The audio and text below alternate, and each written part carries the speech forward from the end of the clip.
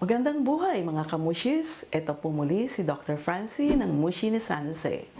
Marami po ang nagtatanong kung paano nga ba ang ating pagsisimula sa pagkakabuti. Tutok lang po at ibabahagi ko sa inyo ang aking karanasan at natutunan sa larangan ng pagkakabuti. Dahil ang episode pong ito ay special request ng ating mga loyal subscribers, shoutout po kay Mr. Ruter Dishar at Mr. Kamot Tour na nagtatanong paano daw ang pagsisimula. Hi po sa inyo mga sir! Para po sa inyo ang video na gagawin natin, kaya tutok lang and please click subscribe. Hindi po ako expert and pwede ko lang pong ibahagi sa inyo ay ang aking personal experience. And thank you din po sa acting editor, cameraman, mga anak ko lamang po ang gumagawa niyan. So back to our main topic, dahil nasa learning process pa po ako way back more than a year ago, ang aking pong pwedeng ibahagi sa inyo ay ayon lamang sa aking karanasan. So, ginawa ko lang muna siyang hobby o libangan, kaya di po kailangan mag-invest ng malaki o magmadali.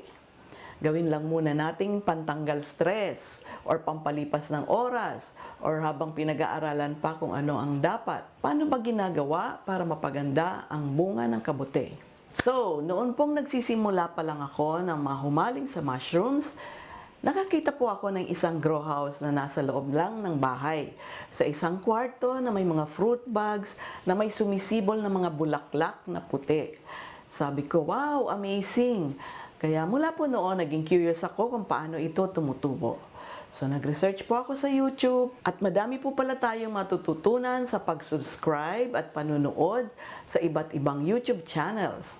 Kaya samahan niyo din po ako sa ating YouTube channel na Mushi ni San Jose at tayo ay sabay matuto kung paano nga ba ang pagkakabuti. So, nag-farm visit din po ako sa mga mushroom growers na malalapit sa aming lugar dito sa Cavite. Meron sa Alfonso, Indang, Imos, Silang, at General Trias. Kahit po saan tayo pumunta, saan ako makarating, naghahanap po ako talaga ng mushroom grow house or mushroom farm na dadalawin para makita ko kung paano talaga ginagawa.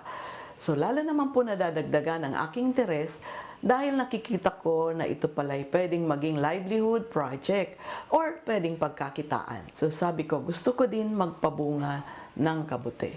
So, nung una po, bumuli muna ako ng 50 pieces fruit bags ng oyster mushroom at niligay ko din siya sa isang kwarto. Tapos, isprayan daw ng tubig mga 2 to 3 times a day. Nung nagbunga na, tuwang-tuwa ako. Sabi ko, ganito pala ito. Nakaka-excite. Araw-araw, aabangan mo ang pagsibol ng mushrooms. So, kailangan din po ang tiyaga sa pag-aalaga. At dahil newbie pa lang ako noon, nasobrahan ko yata sa dilig at di pa ako marunong, nabulok po yung mga una kong nabili. At nagkaroon ng mga uod at kulang din sa ventilation kasi nasa loob lang nga siya ng kwarto. Nagbunga din siya minsan pero hindi ito nagtagal.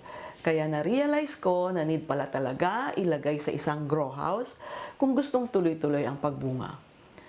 So may nakita po ako sa likod bahay namin na isang flying pen na walang laman. So ginawa kong grow house. Nilagyan ko ng double net, ang paligid, katsa sa loob, graba sa ilalim para di maputik ang sahig kasi laging binabasa. Sa pag-aalaga po ng kabuti, hindi po kailangang madami agad. Pag-aralan munang mabuti ang environmental condition na kailangan ng isang kabuti. Ang gusto po nila ay moist and humid environment na parang ihahalin tulad natin sa bundok kung saan mahamog at maraming kabuti nagsisibulan sa paligid. So dahil gusto kong maging successful sa pagpapabunga, magre-research po ulit at tanong-tanong sa mga marurunong. So bumili ulit ako ng another set ng 100 pieces fruit bags. Nakakasya sa aming yaget na mini grow house. Binilagyan ko rin po ng insulation sa taas para hindi masyadong mainit. At papasyalan nyo po ito araw-araw, pag-aaralan ng behavior ng mga kabuti. Paano sila mamumunga ng masagana. So di tayo hihinto sa pagpapalago ng ating kaalaman. Pwede po tayong magtanong-tanong sa mga matagal nang nagmamushroom at pwede din tayong matuto sa tulong ng Department of Agriculture, Bureau of Plant Industry, at sa pamamagitan ng pag-a-attend ng mga seminars, may mga workshops on hands-on training. So madami po akong pinagdaanang experiment and trial sa pag-aalaga, katulad ng pagkakaroon ng mga fruit flies, uod, contamination, pag-discolor ng mga fruit bugs, kumakapal na amag, hanggang sa ayaw nilang sumibol dahil kumapal na ng kumapal ang amag sa loob ng fruit bag. So sa mga susunod pong videos, pwede nating himay-himayin ang mga cause ng contaminants para matulungan tayo magkaroon ng masaganang bunga.